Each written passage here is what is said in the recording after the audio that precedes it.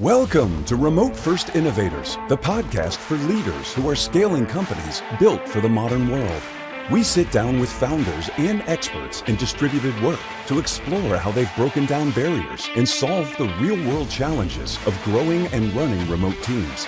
Each episode dives into practical strategies for onboarding, IT, security, compliance, and everything it takes to build a thriving distributed business. No fluff, no theory, just what works when your team is everywhere and operations never stop. Here are your hosts, Robert Phelps and Jake Gump.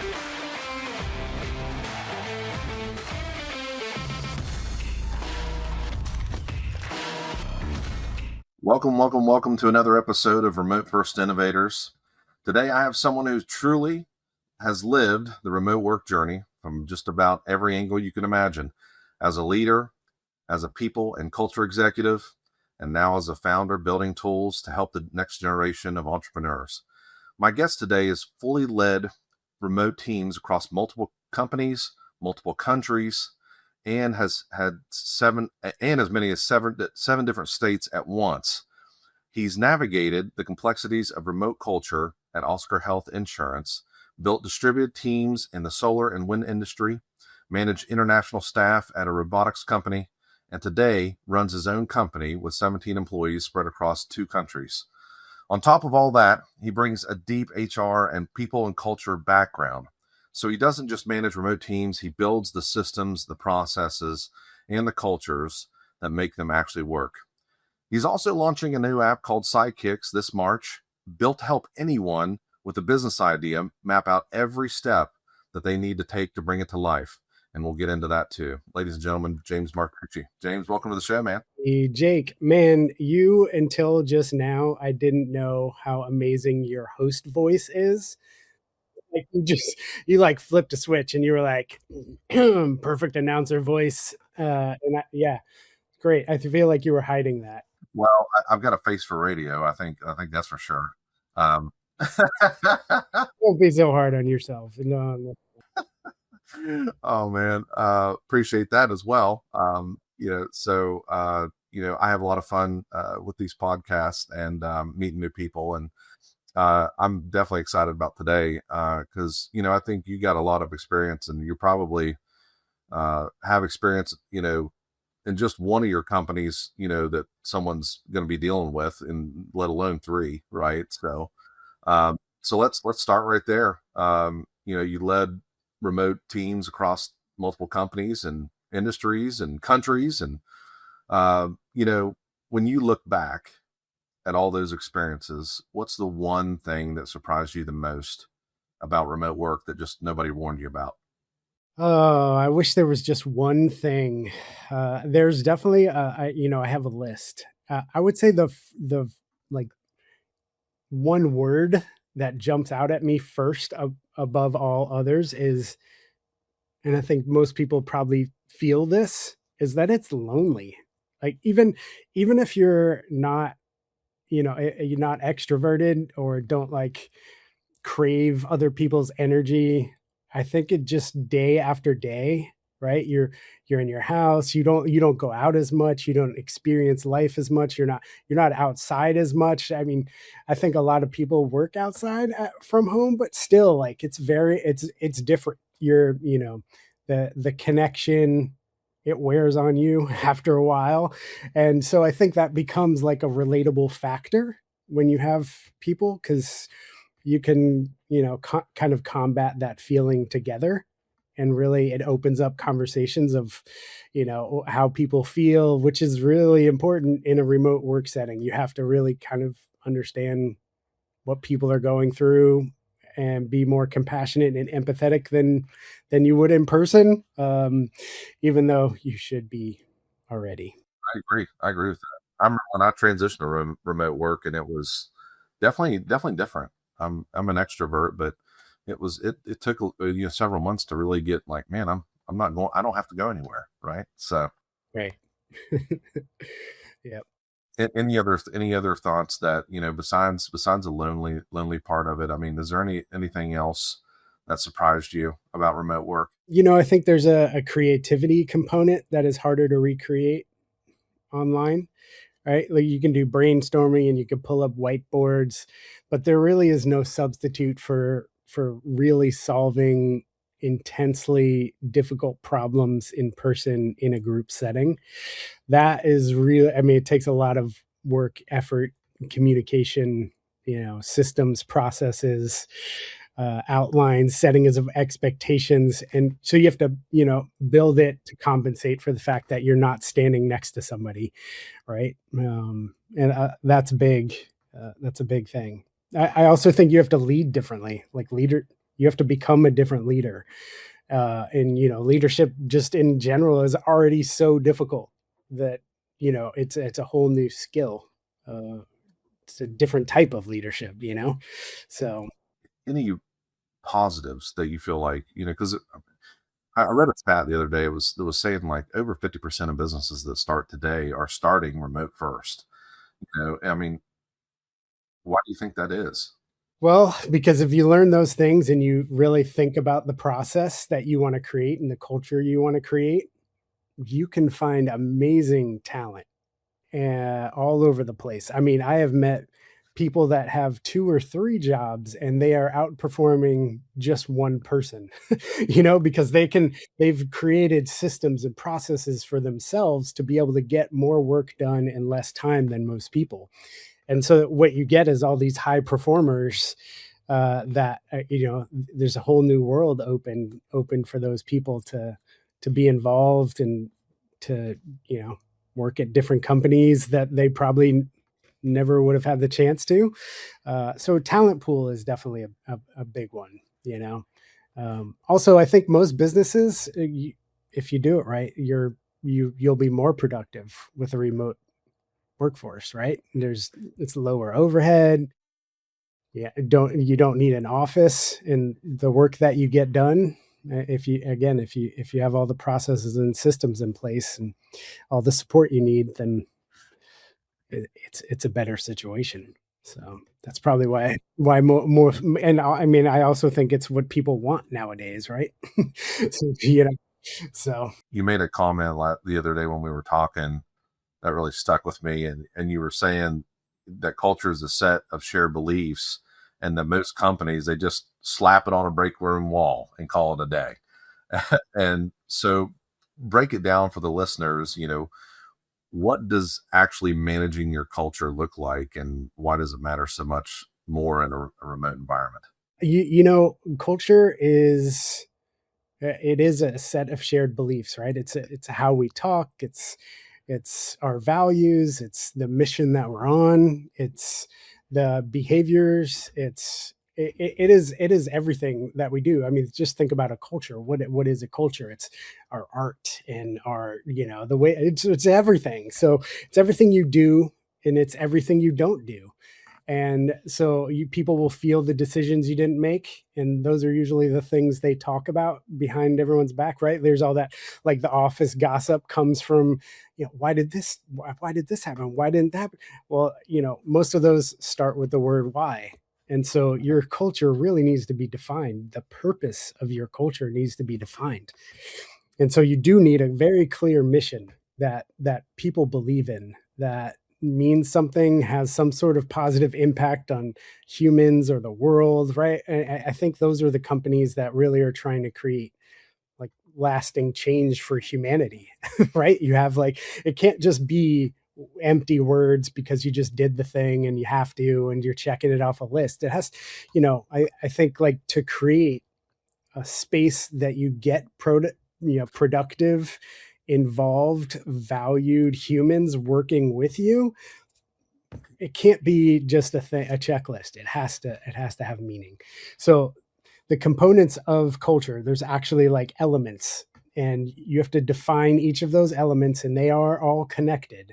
All right, so you have your mission, you have your values, you have your environment, which is what we're talking about, you have incentives, you have all of your people functions. Yeah, and so you have to like think through all of those things and build a strategy that connects them together. And I know I'm saying this like in a perfect world, you would do that at the beginning, but most companies don't. And that happens later. You get to like 100 employees or so, and then your people and culture person shows up and they're like, well, we have to rebuild all of this because none of it's connected and nobody's happy, and you have high retention. You already missed out on keeping and finding the best talent from day one. And it's harder to like right size all of those operational mistakes. So I almost would rather, like, I'd say, like, if you're going to start a company, like, think about those things from at the beginning. And I know that's hard because a lot of people are like, it's all about action, action, action, action, show traction, make money, right? well so all the money that you waste trying to backtrack the decisions you skipped, it's harder to make that money up. And I think a lot of people skip over the strategy, skip over the planning, and then try to figure out how to make people happy and make more money. There was a study done, I want to say probably 15 years ago now, that took like 22 different companies and measured their results over a 10-year span. And the companies that learned to manage their culture made 700% more profit than all the other companies. And so it's not about your results today, it's about your results tomorrow. And that's why culture is important, is because it's your foundation to build results that you keep pushing for every day later. Right? But later, what happens is, more often than not, is we don't pay attention to the people. We push results, and then your company doesn't get to where you really want it to go. And you're always constantly trying to figure out, well, what else can we do? Where can we spend money? Can we more marketing, more this, more that? And no, it's actually, you skipped all the important parts that would have gotten you to where you want to go. And so strategy is really important, man. It's really important. I think there's a power in having buy-in in a company. You get everybody going on one mission, everybody working together towards the same goal. Everybody embodies what you're trying to do. And I think everybody can feel it inside an organization too. The meetings have more substance. The content that they're bringing, the quality of work seems to be high, and I think there's just an overall aura to the business when you have everybody. I will say my first job out of college was working at Apple, and I can tell you that it was a true culture. It was a true, like, some of the smartest people that I've ever worked with came to Apple, and they were attracted because of the brand and the culture that was there. And I got some of the best training. And actually, I'm currently working with 8 former Apple employees, colleagues, that we've stuck together over time. So, I really feel like culture at its core really connects people and really can drive the business to heights you never thought. Yeah. It's so interesting. So I actually worked at Apple as well. And I remember, this is like back in the Steve Jobs days. I remember there was a slogan, and it was 5 down, 95 to go. And you would hear that everywhere. And what that meant is, well, we only had 5% of the market share and we had 95% to go. And how we did that was literally just do whatever you can that is right for the human in front of you. Now, don't worry about anything else. Just help that human, help their life. That's it. And there's gray. How you do that, I trust you to do that based on our values. And that's huge, right? I'm not telling you what's wrong. I'm not telling you what's right. I'm telling you what we believe we need to do. And then I'm saying, I trust you. You are the right person to make this decision within those guidelines to change that person's life and move our market share. That's right. Like somebody thought about that. That's a strategy. Nobody was like, oh, we need to hurry up and make money. And look at Apple now, right? Like, they're good. They're good. So Yeah, more than good, I would say. I mean, the money's flowing for sure. The next thought that I have is, just about components, which you were kind of going over some of those components of culture. and you were talking about environment and systems and processes, incentives and people function.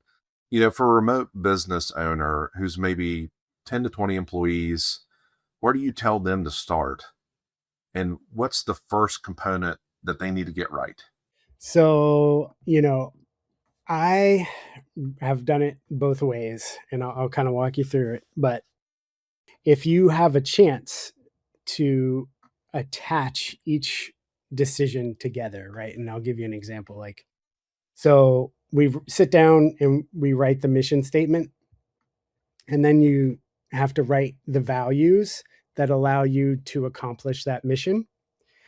And then you need to define the behaviors that really represent those values. Like, how do I actually execute that value in real life? If it's um, let's be a good team member. Well, what is that? And what actual, like, psychological, like, what behaviors how do I have to exhibit that? And the reason that that is so important is because that's how you hire. That's where your job descriptions come from, right? If I write out a list of like job responsibilities, well, now I need to know those are the questions I need to ask when I interview you to understand if you have used that behavior enough times to explain it to me so I can say, "Oh, this person will be successful at living this value, at doing these responsibilities," right? Like, so it's all tied together. You can't, and I'd say I would make up a percentage here and exaggerate, but like I'm sure most companies skip that step, right? Where the action behavior recruiting is not attached to the values of the mission that they want, right? Like it's usually the first breaking point. So I would say like that's the first thing to do because everything else can come from that, you know. Do those exercises. Who do you want the company to be like? There's like pick 3 fictional characters, like involve the rest of the company, help them, be a part of recreating or reimagining your mission and your values. And the more people are involved, the more they'll feel involved, and the more value they'll feel, and the more you can validate them and celebrate them. And then I think like that is how, that's just one way of building a culture, right? Hopefully you can already hear it like by me saying those things. That's who wouldn't want a culture that is headed in that direction. So first and foremost, like I think that's it. Secondly, I would never do anything system wise to make up for humans. Like, people over process every day. And I will say a lot of companies build process and then create rules to take things away from humans when they make mistakes. And so, it's like, oh, Timmy played with that toy totally incorrect. So now we have a new policy and nobody's allowed to play with that toy ever again.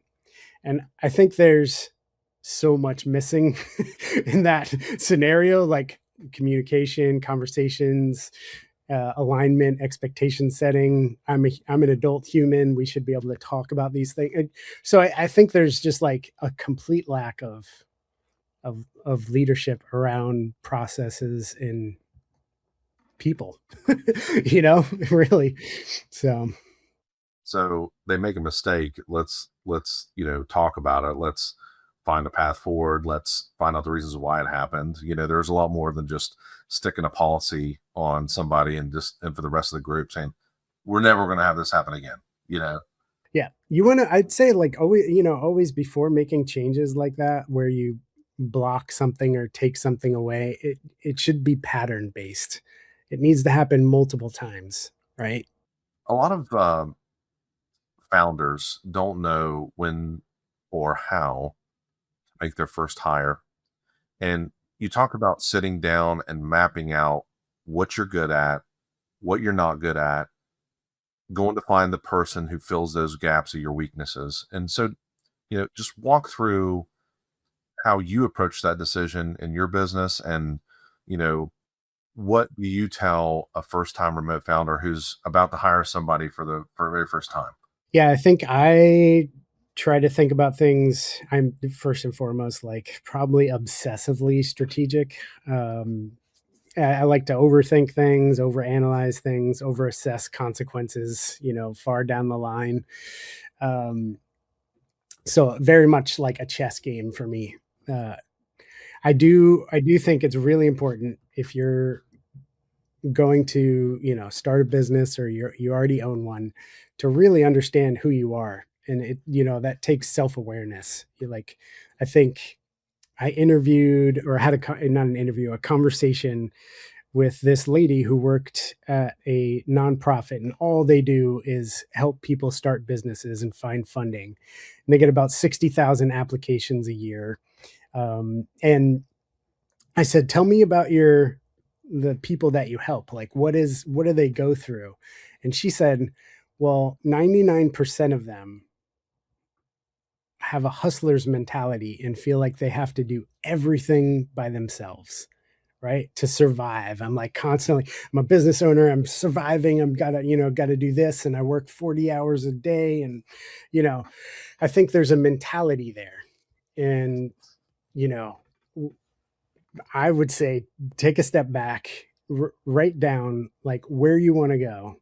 And you got to, even if it's not where you go, just like some sort of idea of how you want to get from point A to point B, and list out the things that will help you get there.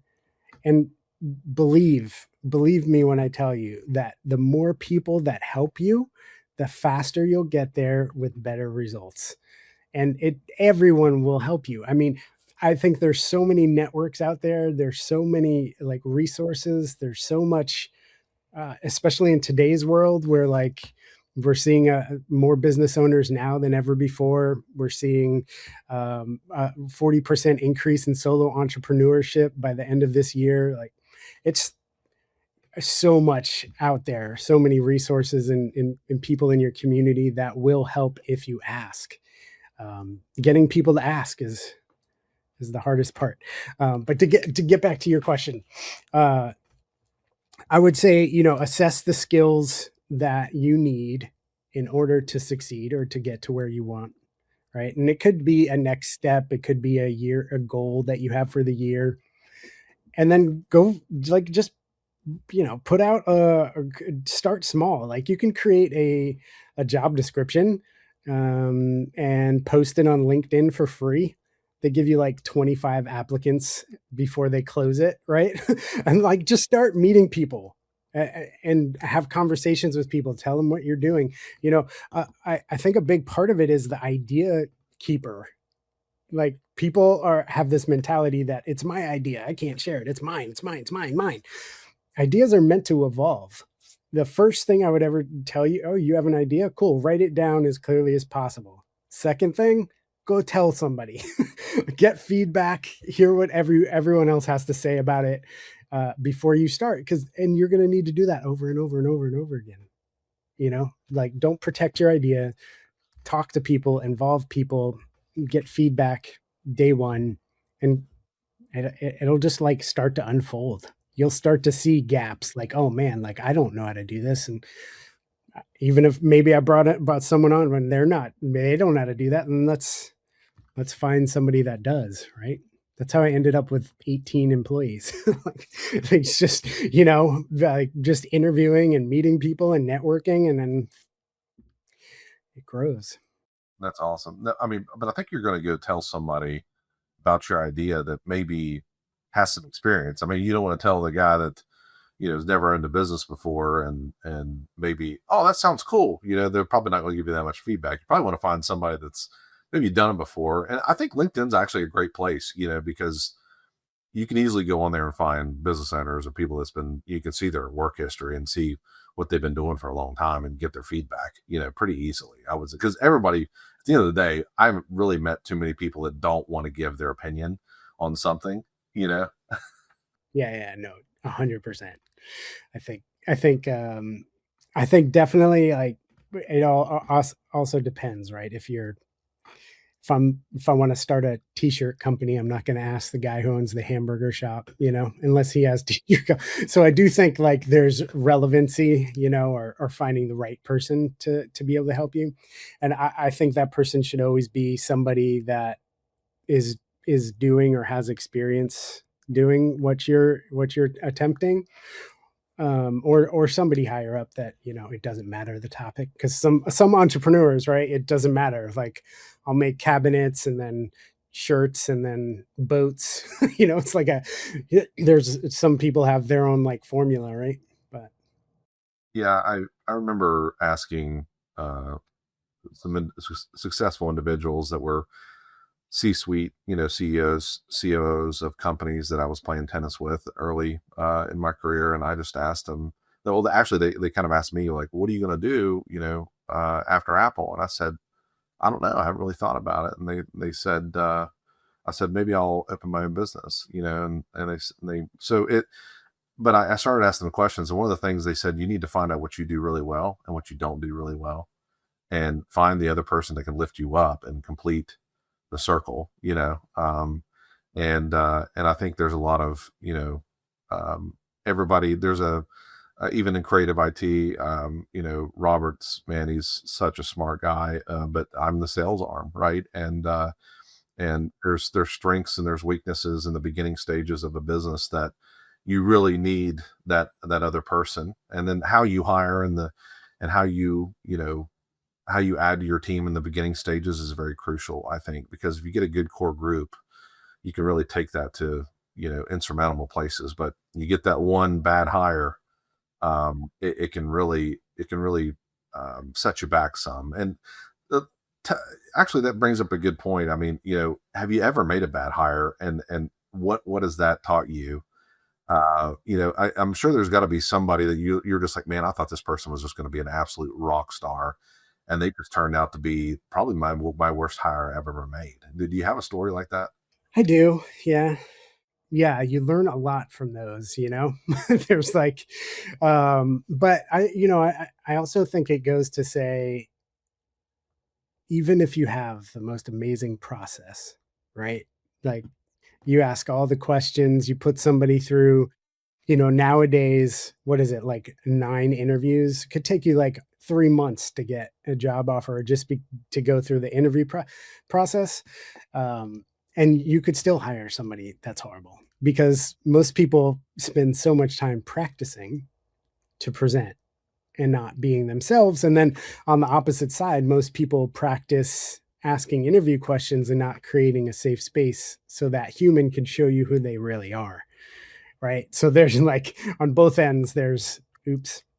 But yes, I definitely have had a bad hire. And it's more so usually like a something that wasn't said, like not a lie, but oh, I forgot to mention.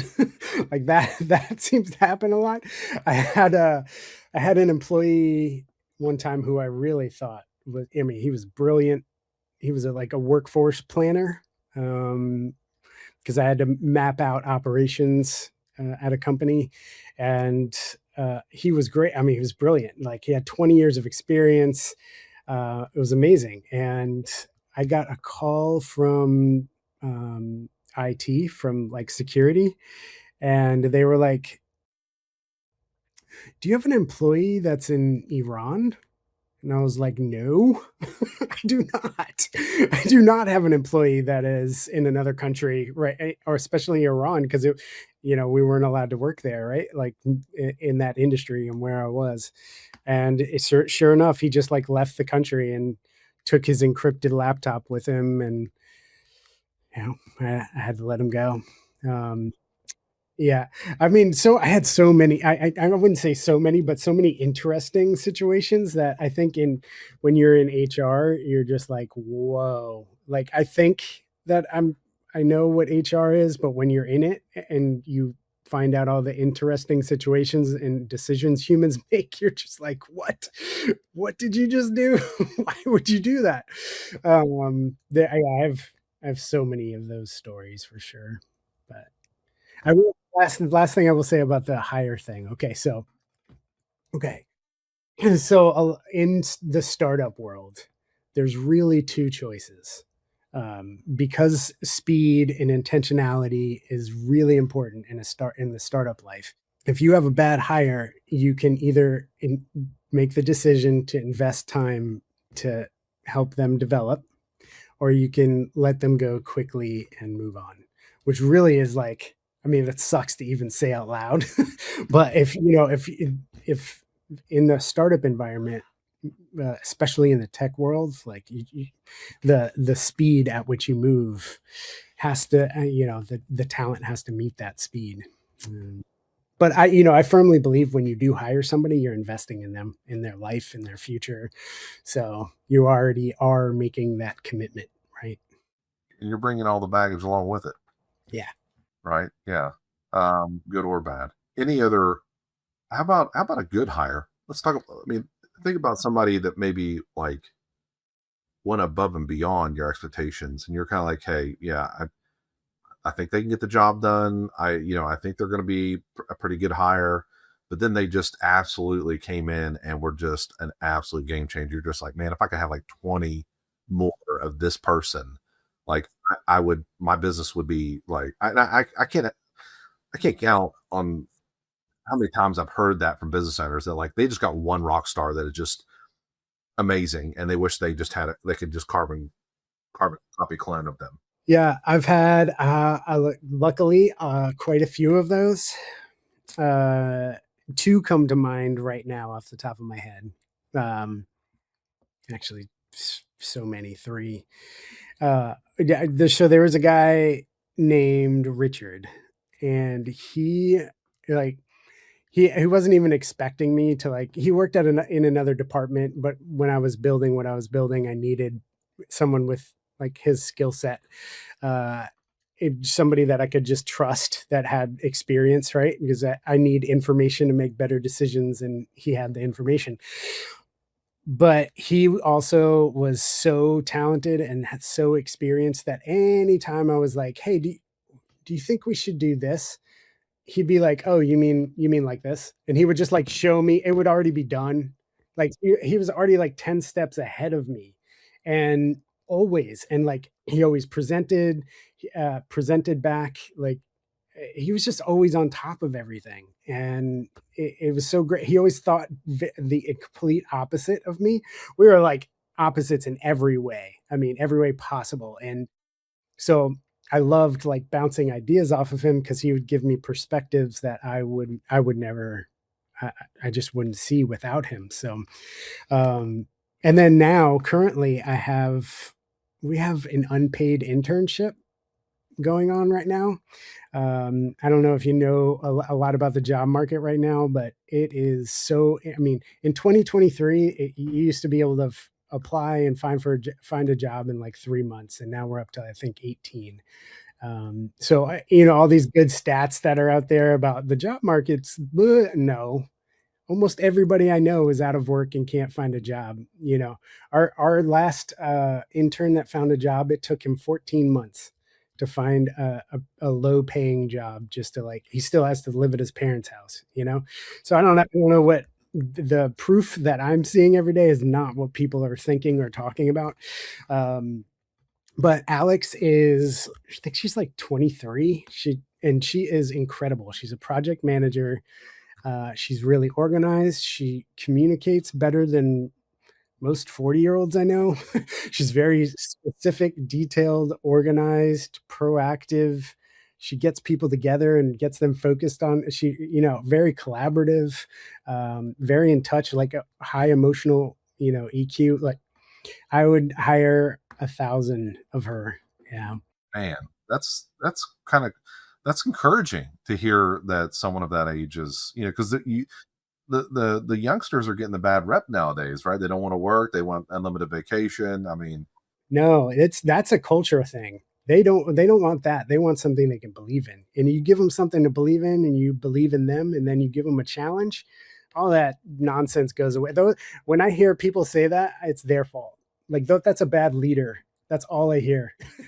Bad leader, bad leader, bad leader. You don't know what you're doing.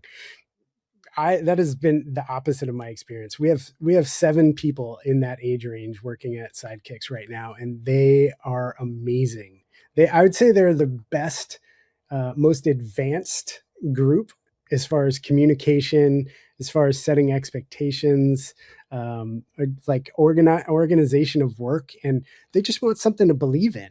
They want it to mean something. And if what you're doing doesn't mean something and you don't know how to help people like understand the purpose behind what you're doing in the first place, well, like that's one of those self-assessment moments, like think about it, like take a step back, pause, do some yoga or something, like go, I don't know, like just, take a second. Why do you think that is? Well, I mean, obviously you have the belief component, but I mean, do you feel like that the kids? I mean, I got a 5-year-old son that's starting kindergarten, and he's doing all of his work on an iPad. Do you feel like it's maybe the technology that they're so comfortable with it coming into the workforce that it's just they don't have to worry about that like maybe our generation or the generation before us because and of course technology wasn't as good either, but they've already got that figured out, it seems like. So what they really need to concentrate on is just the communication piece.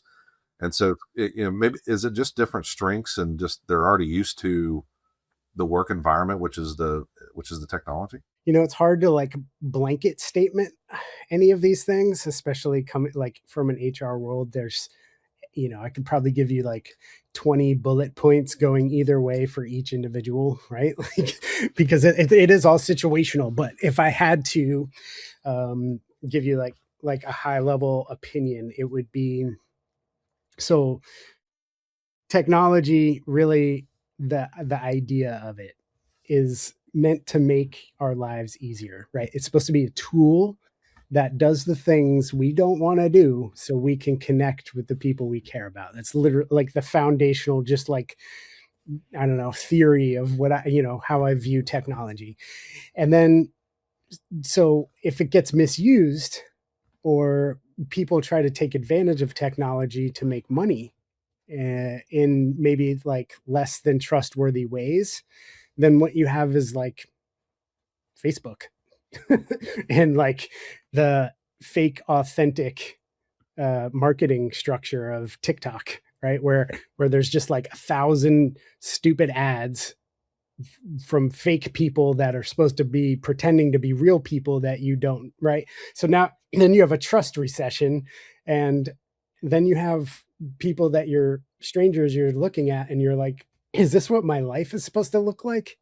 Because it doesn't, and it gives you anxiety. You have all these false ideas of who you're supposed to be in this world. And so this generation is against all of that. And it's because it's all garbage and they should be against it. And we should have never allowed it or jumped on the train to begin with. Because it's really like, it's just messed up. And it's just a bunch of people making money off of garbage. None of that is helping humanity. Like none of it. Like, tell me one redeeming quality about any of that. I can't. Well, I can. I lied. I think like people have found loved ones that they couldn't find, and I think that's awesome. Um, but so there are a couple of good things. Like some communities thrive, but overall, like the anxiety that's created, the lack of trust that's created, all of those are intentional by the company and just disgusting, disgusted by the users, right? And so when we actually did a study, like a bunch of surveys, and outlined all the things that people dislike about technology and social media, right? And the number one thing is like the fake, inauthentic authenticity or whatever causes anxiety. So that generation wants to put their phones down and connect in person and step away from all of that. And they'll only use technology to communicate with their friends. And so it's changing because we went too far on one side and now it's going to swing back. It always swings back, dude. So I found that generation to be so far on top of their game. I love that. I love to hear that. I do work with some younger people too, and it's just funny. I can remember when I was early 20s and just how I felt, and now that I've got some years under my belt, I don't get excited about the stuff I used to get excited about. And I know things are going to work out. And, it's nice to be able to be the one that to tell them, hey, it's going to be okay. It's going to be all right, and uh, so it's kind of a different as you go through your career and you get older and you get a little bit more wiser, hopefully. But obviously there's growing pains in business, right? So, but it's fun. It's good to hear that they are, that it's not just always horror stories, about the younger generation. One other thing I wanted to touch on too that you were talking about, IT let you know that somebody was working in Iraq. Uh, and I just, being in IT, I wanted to touch on that for just a second. For young companies, I kind of feel like when a company hits about 10 to 20 users, that I talk to business owners every week that they're just like, I am done with handling the IT. I don't want to set up users. I don't want to worry about, do they have permission to something? I don't want to ship out laptops. I don't want to have to worry about, my cybersecurity. When have you kind of found that, like, man, people are just, uh, I'm really need to get an IT department in here, and I need either to hire somebody or outsource somebody. Well, I mean, you're in HR, obviously, so you've probably been around. You kind of work closely with IT at some point. When have you seen that point uh, for you in your businesses? Well, I think, first, the safety and security and protection of privacy is really important, for employees, for users, for customers. I do think, that was, I don't know, very much instilled in me even before Apple, but, there was no joke at Apple, right? Like, everything was locked down, and it was the most important thing to keep everything, private, and which I love, and I've carried forward. I think at other companies, the process of, like, IT kind of became like the process for onboarding and permissioning and offboarding, and but I do think it's so much more, and it really is a function, a foundational function when you get to a certain point. I'm still doing it myself. So there's 18 of us, and literally my permissions, if everyone on the C-suite has super admin for all 25, whatever. They just, like, they can go to GoDaddy, they can, whatever, Firebase and AWS, everyone has access. And so there's a trust thing that I just trust all the, executives to make good decisions, and they do. So, I think that plus having a project manager, really, like, if I didn't have that, I would need, I would 100% need help because it's just too much to manage every day, right? You're like, I mean, thank goodness we don't ship laptops yet, because I like I would just never sleep, because it is a lot of work, and having someone that can handle that, right? Like, it's kind of priceless. I heard a CFO tell me that they have the employee salary, they have the benefits, and then whatever it's going to cost them to secure and keep that employee working 8 hours a day. Is that kind of how you view it? And do you think that man, this is a part of the employee's cost? I think so. I mean, I think operational costs for having an employee, I always add more, right? It's kind of like when you're doing, like, workforce management, there's always, like, this shrink component where it's like unproductive hours that you bake in to the assumption. But yeah, I mean, I think ops costs, you have to, because it's part of the environment, it's part of the culture, it's part of the experience you're creating for them. You don't want to you never want to do I never want to do something that is like, "Hey, come play baseball with us and bring your soccer shoes and your it's like, wait a second. Let's, like, I want to make sure you're set up for success, which means that I need to think through the experience you're going to go through when you become an employee, and make that the best experience for you as possible. So my culture lines, everything, all the actions line up to what I'm saying, right? And if they're not that way, then people usually if you start off on the wrong foot, there's always like a bad taste. It's not. I do believe you can come back from a horrible first impression by changing your actions. Right? People start to see things differently the second actions start to change, um, but they'll feel that and they'll know it. And people like to talk about the bad things they go through. And so don't let them go through bad things or give them a space to change the bad things they see. Have you encountered anybody, kind of to stay on the IT topic? And you mentioned that you had some people that you knew that were working 2 or 3 jobs. Big topic. You start reading into LinkedIn, they talk about people, having 2 jobs at the same time, and or have people just have mouse jigglers, and that I learned was even a thing with Liam from running remote, and I was like, and Time Doctor, and I couldn't believe it. I was kind of astonished. Have you ran into that at all, being in HR? Where people are having doing 2 jobs at once, or I mean, obviously you've met someone that does 3 jobs, but are they time blocking the entire day and different time zones, or how's that working? Yeah, I mean, I would say it depends on the job, and I have had that experience. I also have done that. So, I built this company while I was working Okay. at another job.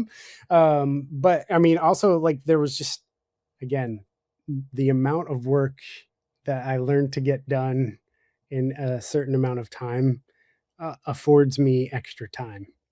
Right. So like I can get things done and then, for the rest of the day, what am I doing? Like, so I do think that that's okay. I support I support humans in human development. And so I think I'm more progressive on the HR side. If you are doing something else and your work is done and it exceeded my expectations, then I'll help you get experiences that will progress you forward as a human. And you should always, like, if you're working at a job and you love that job, you should still be applying for other jobs. You should practice interviewing. You should keep your resume, and keep growing experiences that will help you get to where you want to go in life. Don't don't ever be attached to a person, a place, a company. They all change. They all change. And just, it doesn't make any sense to like be like, oh, this is my job. I'm going to stay here forever. And I love it. And they love me. It's just not real. It's just not real. It's false, fake security. Right. Um, and so I think it's really important to help people develop and set. It's communication, man. Like, what do you want to do? Who do you want to be? What behaviors or experiences will help you get to where you want to go in life? What you don't know? Well, let's figure that out together, right? Like that's what a leader would do. They would help, So I think like other companies that have this mouse jiggle problem and all of that, that's all leadership problems you're mentioning. It's all culture problems. Nobody is in charge of all of those things. And so you have detractors and people that are upset and don't like their job, probably because they were like ridiculed, or you probably have some bad leader that's like self-protecting and doing all those things. Man, Jake, I was at like this really gaudy Italian wedding. It was an awesome wedding, but I mean, we're talking like 16 people to a table smushed in, 200 attendees. So I'm sitting there with 16 people around me. And I asked the guy to my left, and I said, "Tell me about a time like your boss, like you had a bad boss. Like give me information." And he just went off this huge story about the time he had a bad boss, and this horrible boss treated him like shit. And then the person next to him and the person the whole table, man, was just like bad boss, bad boss, bad boss. And so it is a thing, man. People, like over 60% of people leave their jobs because of their shitty boss. And so, you have this whole other part to like this remote world where you only see the top performers, and top performer, it does not equal leader. It equals top performer. It does not, it's totally separate. Your individual contributor that exceeds your expectations should never lead people. That doesn't even make sense. Like, have you ever seen? I've seen Ted Lasso. He didn't know what soccer was. And how many people think he's the best leader ever? And I wish he was my leader, right? You don't need to know the topic in order to lead a group of people through it. You need those people to know the topic to lead those people through it. And most people don't think that way, man. So you have all these people hiding just to get by, clock in, clock out, you know. I feel like there's a lot of people that are wondering, man, am I a bad boss? If you're asking that question, you're probably not, right? Because if you take 1,000 bad bosses, you put them in a room and you're like, who's a bad boss? They're probably no one's raising their hand, because they don't think it's them. And everybody's got a bad boss experience. I remember my first day in corporate America. I loved my manager, but I couldn't stand my team lead. And they just got promoted to the team lead, their first leadership position, and they were terrible. It was, I felt like in the Third Reich, and so it's, you're kind of just, it's a different, the leader makes the environment, the team leads the way, gets buy-in. What are some other qualities you think? I mean, there's just going to be like, and I think me as a boss now, I know, I'm pretty sure everybody's heard this. I know what type of boss I want to be because I've had the bad boss, right? And so, I mean, like, what do you think is some, like, the things you're not going to do, and what are some of the things that you really concentrate on doing really well as a boss? It's never about me, man. None of it is about me. I know that as a leader, it's a practice, and I'm never going to get it perfect. And to be able to communicate that, and especially be open, honest, vulnerable, genuine, I think compassionate, empathetic, a good listener, right? These are the things that I think I try to practice all the time and be aware of. I also think decisive, inclusive. I do not think that. So if you take a leader and you let them make decisions, and then you let me make decisions, including others, my solution will be 10 times better. It will be more thought out. It will impact more people. It will have more perspective, and it'll be a better solution 100% of the time than somebody that just makes a decision on their own, because you're missing all that information. And so I think that, inclusion is at the heart of what I do. It's like the creative problem solving, and how we see things differently, and try to solve things differently comes from all the people around me. I do think I am very purpose driven. Like, if it doesn't mean something, I probably won't do it. Yeah. And so that is important, the impact that we make, the impact that we have. I like to learn, so I make decisions in cycles, and I learn from those decisions, right? And so nothing is ever exactly what I said, because it changes. Everything changes. Like, don't hold on to any of that, constantly listen and find better ways, right? But yeah, I think self-protection, stay away from it. It is a killer, man, especially if somebody comes from one job and they go to another company, right? And they bring that negative experience with them, and then they put up walls, and it's all about protecting themselves. But that's, it's also probably all they know, you know?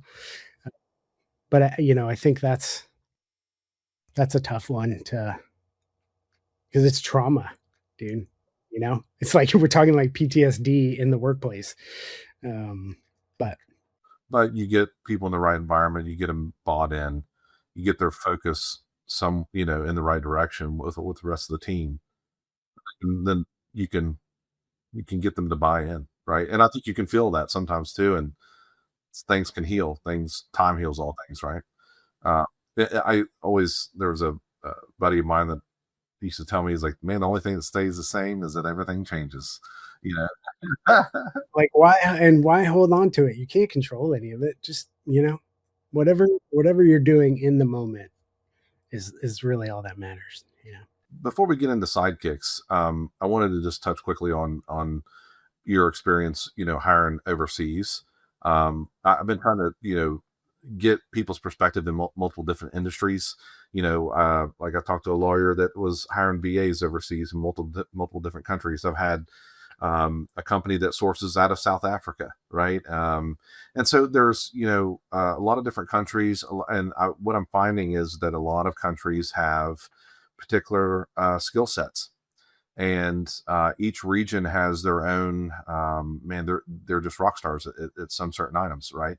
And so you know several different countries. Tell me what countries you've gone to. Did you know that going into it, or was you kind of just open to wherever, whoever?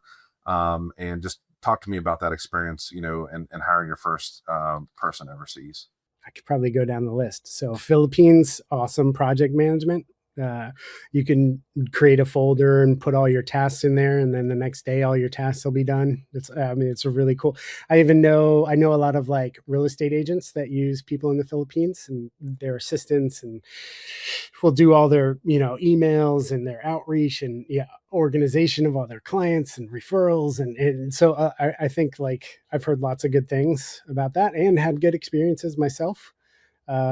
Mexico and India definitely were the go-to for sure for like outsourcing any kind of like processes or call centers or any of those kind of things, right? Where you need extra human support.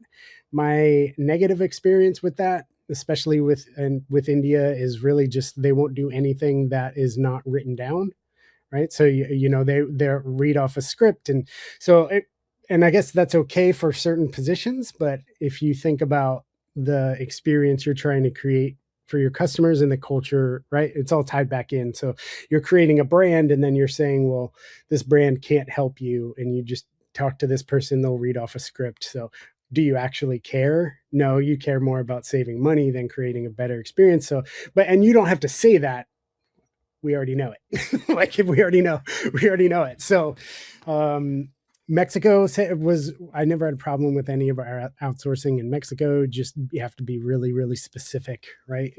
In both scenarios in India and Mexico, if you're outsourcing, you start with definitions of words.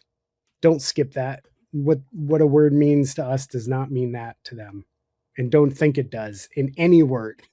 Right? So there's a lot of work that you would have to put in, and somebody has to manage it as well, and set expectations and do follow-up. So it takes a lot of extra resourcing that I think a lot of people don't even realize, because if you do want to create a better experience for people, then you have to do that part. You have to have a leader that oversees it and knows how to manage it, or else it'll all just be a mess. So horrible experiences with development overseas. I would never do it again, and never recommend it to anybody ever. So if you want to build software or build an app or whatever, just don't do it overseas. Again, the process is not what they say it's going to be. It'll take 4 times as long, and they will change things, reduce your scope, manipulate the situation, and blame it all on you, even though it's just a mess from them. And that's just my experiences, but I also know a lot of people that have the same experience. I So robotics, definitely amazing. There's other countries that like really focus on robotics, especially different parts of robotics. So, perception, anything that has to do with visual, using cameras, attaching them to robots, so robots can see and analyze what they're doing to make decisions. They Sweden, huge for that. There's like center, also like, I mean, it's not another country, but like, Boston, right? Boston Dynamics. There's a whole hub of robotics in Massachusetts. And let's see, right now, who do I have? Alex is in Brazil. So my project manager, she lives in Brazil. Her her and her partner moved there. But she originally from Pennsylvania. But that's all my outsourcing, you know, that I can think of right now. Anyway. So let's get into Sidekick. And kind of I don't want to give people your resume, but just kind of go over where you started. You said you mentioned Apple and kind of gets, hey, I was here for this long. I went into robotics, and just tell people how you got to Sidekick and just what your jobs were before that. I think that'll kind of give them a context of your journey, and then we'll get into Sidekick. Yeah. So yeah. Very early on, I was obsessed with creating experiences for other people. I started selling candy on the bus when I was 8 years old. Got caught with a duffel bag full of blow pops and $120 cash. Um, and the principal was, he threatened me. Everyone just did not support that idea. And I always wondered, like, what would have happened, right? If somebody had said, "Wow, this is cool. How can we help?" Instead of like, "Don't do that again. You'll get suspended." But moving forward, I fell in love with music at a really young age, and I started producing music at a young age. And so from like 15 to 31, that's all I did. I owned a recording studio, I owned a record label, and I produced music for people all over the world and loved every second of that. It just feels like a different lifetime, just like saying it out loud. And then a bunch of really bad things happened all at once. And it really just made it not possible for me to continue. And so I got a job at Apple. Spent 10 years at Apple doing all kinds of things. I mean, I did, global retail training. I did, leadership positions, operations, just all kinds of stuff.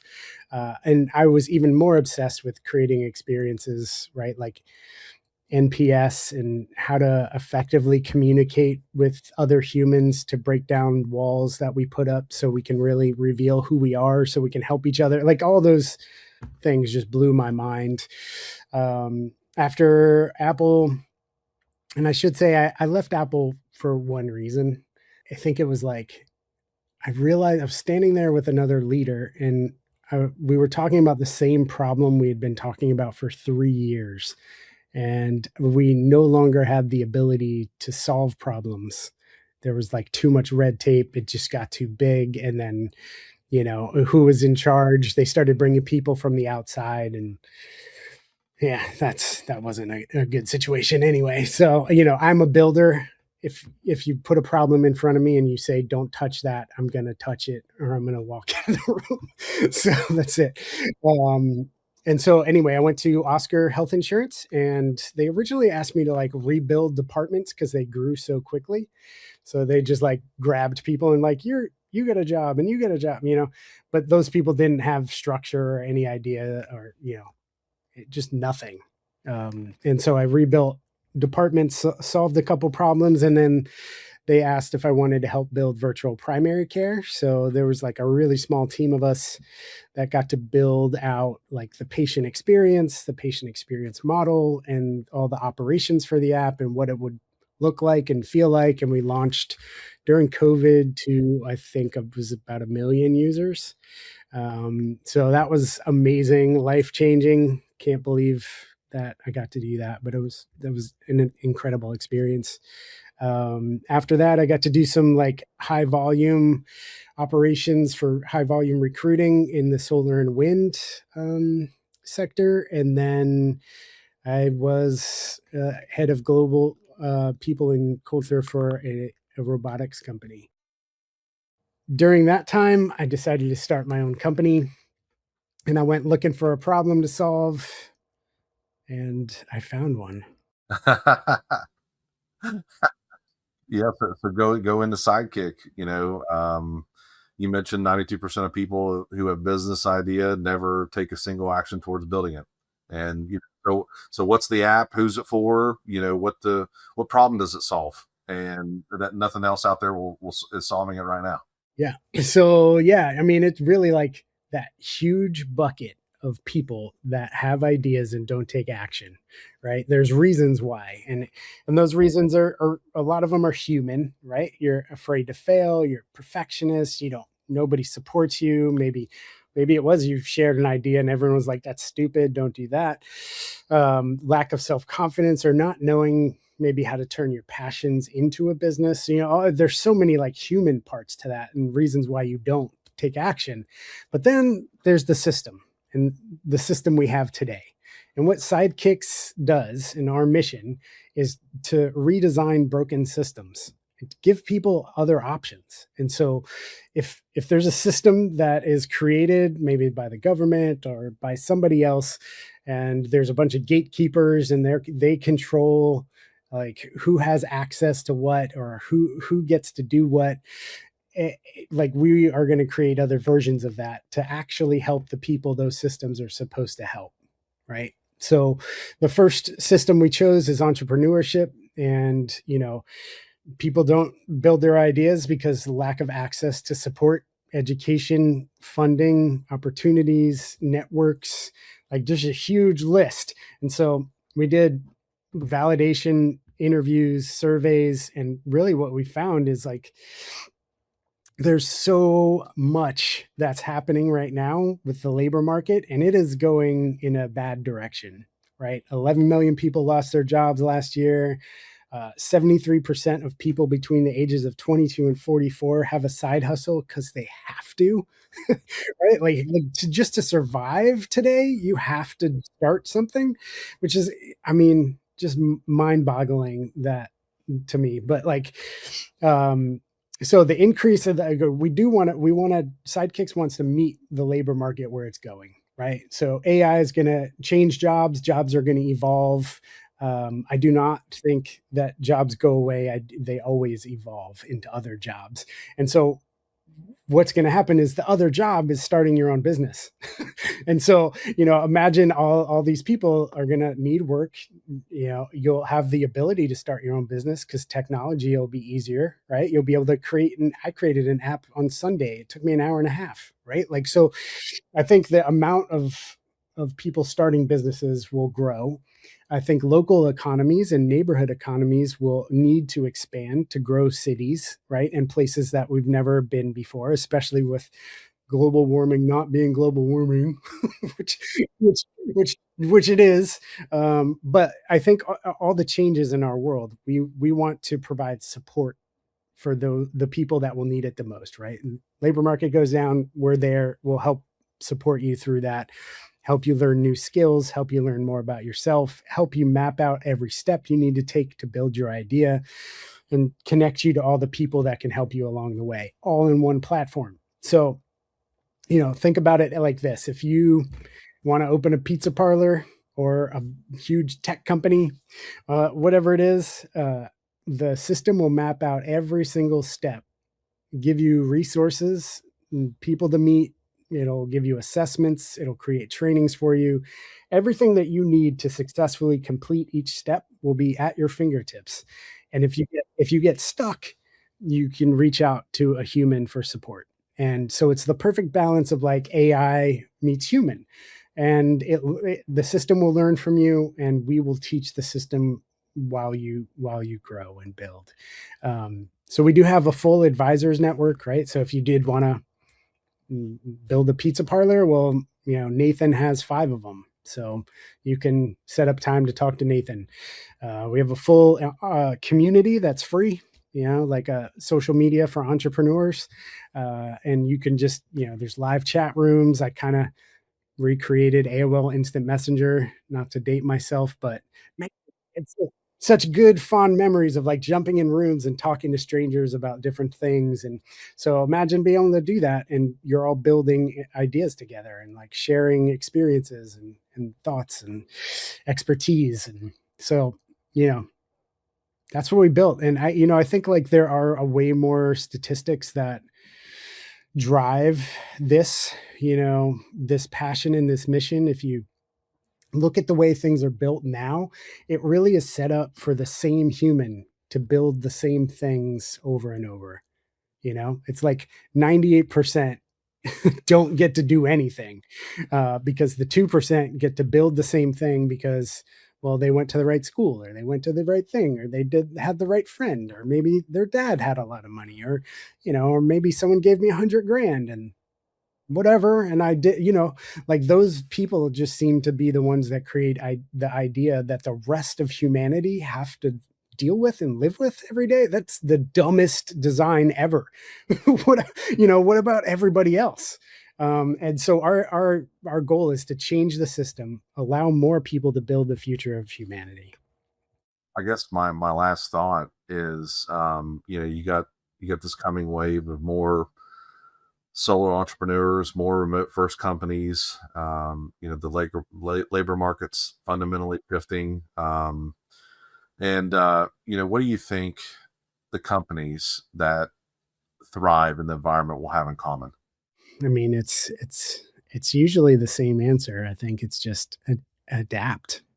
You're a restaurant and COVID hits, you better deliver and have an outside seating, right? Or like create, it's like you gotta constantly adapt. Your idea of what you want it just always needs to be fluid and change based on what people need.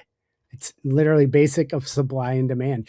And I would even get ahead of that and try to predict what demand. And you can actually literally sit down and create demand. That's how you get like pizza places that people stand in line for 2.5 hours, right? Like, because they're only open for 4 hours 3 times a week, like you create the demand. Or people sitting out in front of an Apple store all night to get the latest iPhone. They intentionally created demand. So yeah, the further, do that and then adapt as you go, and you'll be okay. But you don't need to do it alone either. Like that's the important part. I think I wish when we started Creative IT that we would have had a map and training and a checklist of things, that would have been really nice. Yeah. I don't know if I told you, but I met these two ladies who opened a bakery in Wilmington, North Carolina. It's called Pie Slayer, and it's just awesome human beings, delicious, yummy treats. And I said, what do you wish, like, what would help you the most? Like, what do you wish you had? And they said, we just wish we could message another woman baker. And I was like, yes, solved. It's solved, Absolutely. James, this is a blast, man. You got a lot of real lived experience here, and I think listeners are going to walk away with, a different way of thinking about remote culture, and I think and what actually takes to build it right. And if you're running a remote or hybrid company and you want to tighten up onboarding and offboarding and access control and security, my team at Creative IT helps remote first businesses or hybrid businesses put the systems in place without over complicating things. James, tell them where they can find you, and they can go check out Sidekick and all the good stuff. Yeah, our website is Sidekicks. That's SIDEKIXHQ.com. You can sign up for our beta, even though we've had 1,300 people sign up already. You can sign up on our website. We're always looking for talent as well, so we have a career sign up application on there. But you can reach me directly at james@sidekickshq.com. That's it for us today, and we will see you in the next one. Thanks, James. Thanks, Jake. That was awesome. Remote First Innovators podcast requires more than a conversation. It takes action, research, and collective wisdom. If today's episode resonated with you, we'd love to hear your insights. Join the conversation and help us shape the future together. We'll be back with more stories, strategies, and real-world solutions that are making a difference for everyone. In the meantime, be sure to subscribe, rate, write a review, and share it with someone you think would benefit from it too. Thanks for listening, and we'll see you on the next episode.